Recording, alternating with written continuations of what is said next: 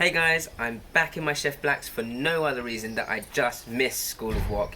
We are still shut, the cookery school is still shut on lockdown, but one great thing that's happened during this time is Shannon, our cookery school manager, has started up this amazing charity initiative called @feed.the.nation. It's competition time. Follow @feed.the.nation on Instagram and donate a minimum of £5. That £5 will buy 2 people in need a meal that Shannon will cook up.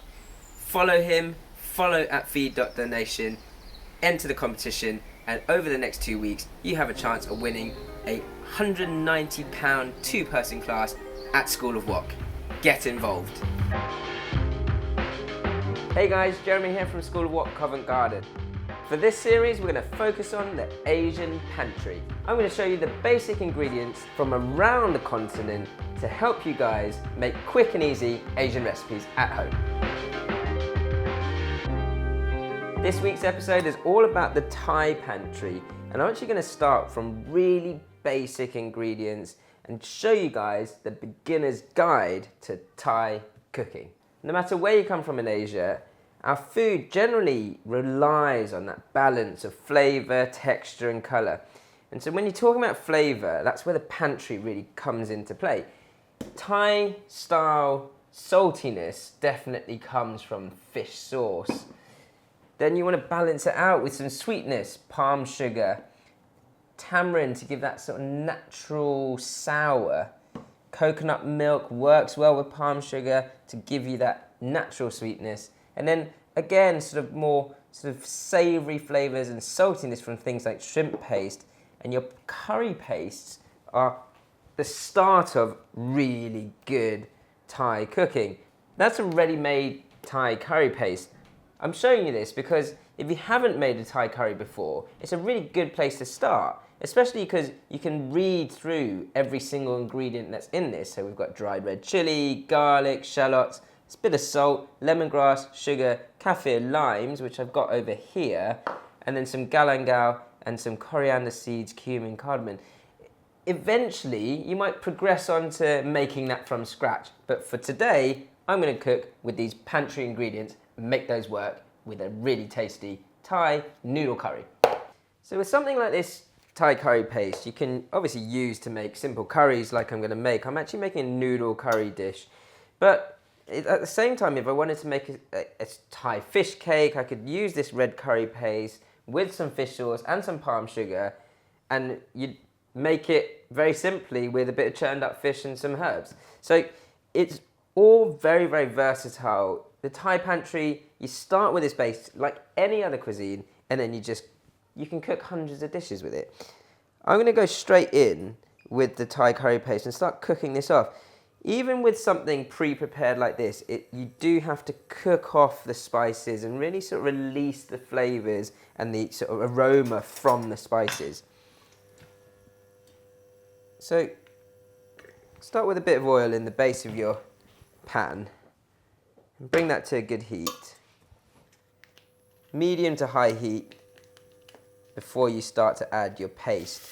So much like if you're cooking or making your paste from scratch, you want to cook your paste through so you get the nice sort of fragrance from those raw ingredients. And these little ready-made pastes, yes, they have a bit of sort of acidity regulator in them, but the good ones shouldn't have too much extra salt or any sort of additional chemicals other than to keep that shelf life there. Once it starts to get a bit more bitty and your oil starts to separate a little bit from the actual paste, then you can start to add more ingredients to it. We're starting to build up flavour already, and I've only just started cooking, so it's really, really simple pantry cooking this. I'm going to take a little bit of coconut milk and just lift any sticking of the paste off the bottom of the pan. So the whole point of this series is to show you really quick, simple dishes that are packed full of flavour. It's the basics of Asian cooking. Now my paste is already looking more curry-like. And you'll find if you've deglazed the pan well with your coconut milk, that you've pretty much got a clean base on that pan after a couple of minutes. Then you can start to add a bit more coconut milk. What we're trying to do is layer flavour into this dish. And we want that balance of spicy, sweet, salty, sour, and savoury all in one. If I tasted this right now, it would only really be spicy with a bit of sort of natural sweetness from the coconut milk and creaminess. Yep, exactly that. All I'm tasting right now is quite an intense flavour from that paste. So I'm going to continue to add the rest of the coconut milk, and then we're going to start to layer up those flavours. I want some savoury flavour to interact with the spices, so I'm going to use a bit of shrimp paste here. Now, shrimp paste is very salty and very strong. You would never ever eat this on its own. So anyway, half a teaspoon to 1 teaspoon of shrimp paste is plenty for a curry like this. And just try and press into it to make sure that it melts into that coconut milk and paste mix.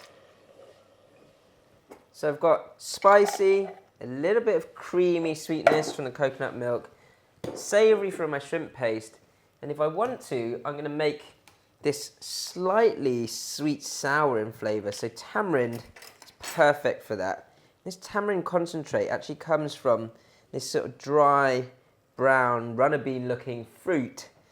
And that's the tamarind, and it's just melted through and then sieved.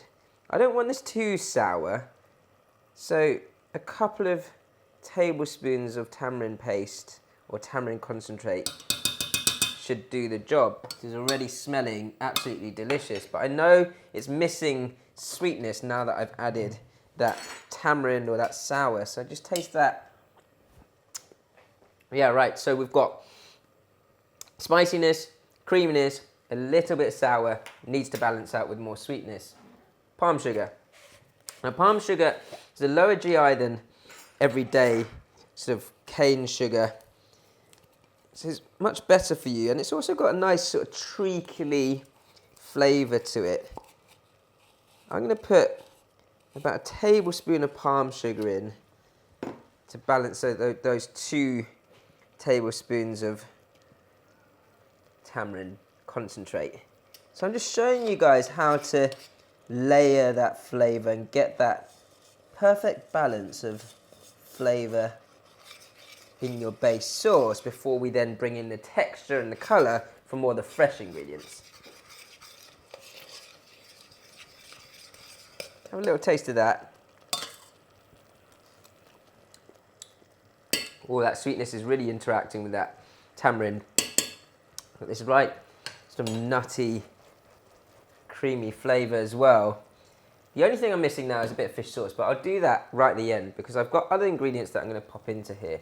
Some kaffir lime leaves. These are also great, so I would still call them pantry ingredients. They are fresh lime leaves, but we keep them in the freezer so that they keep nice and fresh. So I've always got kaffir lime leaves in my freezer because it adds loads of flavour with one little ingredient. Straight in.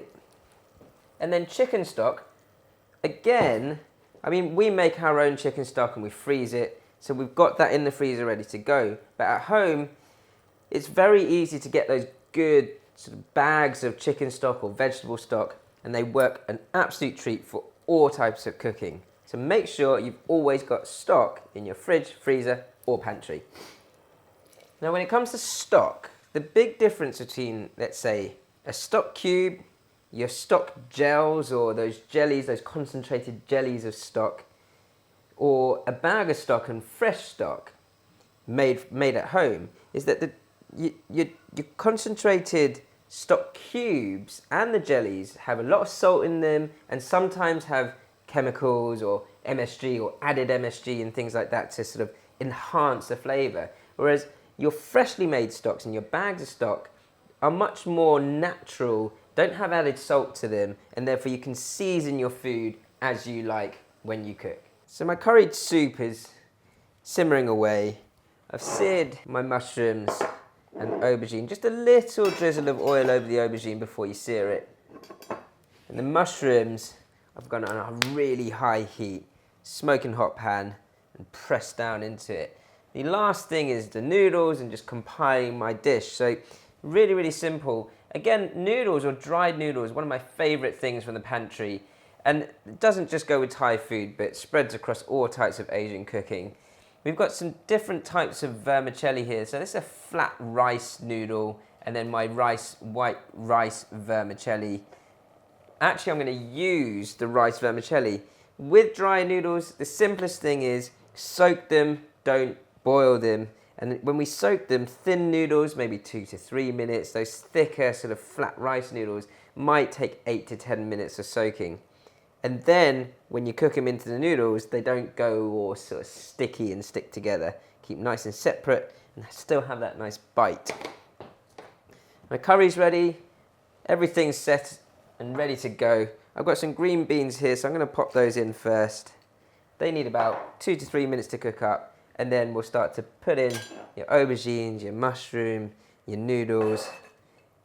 And all we're going to do is garnish that with a bit of herb and some chilies. I'm going to make a bowl up. Your noodles, as I said earlier, they just need soaking and then just reheating in the actual curried stock. 30 seconds to a minute, get all that flavour into the noodles. I'm just layering this using our little basket here just so it's easier to take them out and present the dish. So that's cooked through. And then my veg can come out over the top. And then lastly, you just want to season that with your fish sauce. It's worth having a little taster first. Oh, great flavour. And just that layering of flavour from all those pantry ingredients. I'm going to go for about a tablespoon of fish sauce, no more. So your curried noodle soup, and then just got topped up with this sprinkling of herbs. So some Thai sweet basil and some picked coriander leaves work well with this too.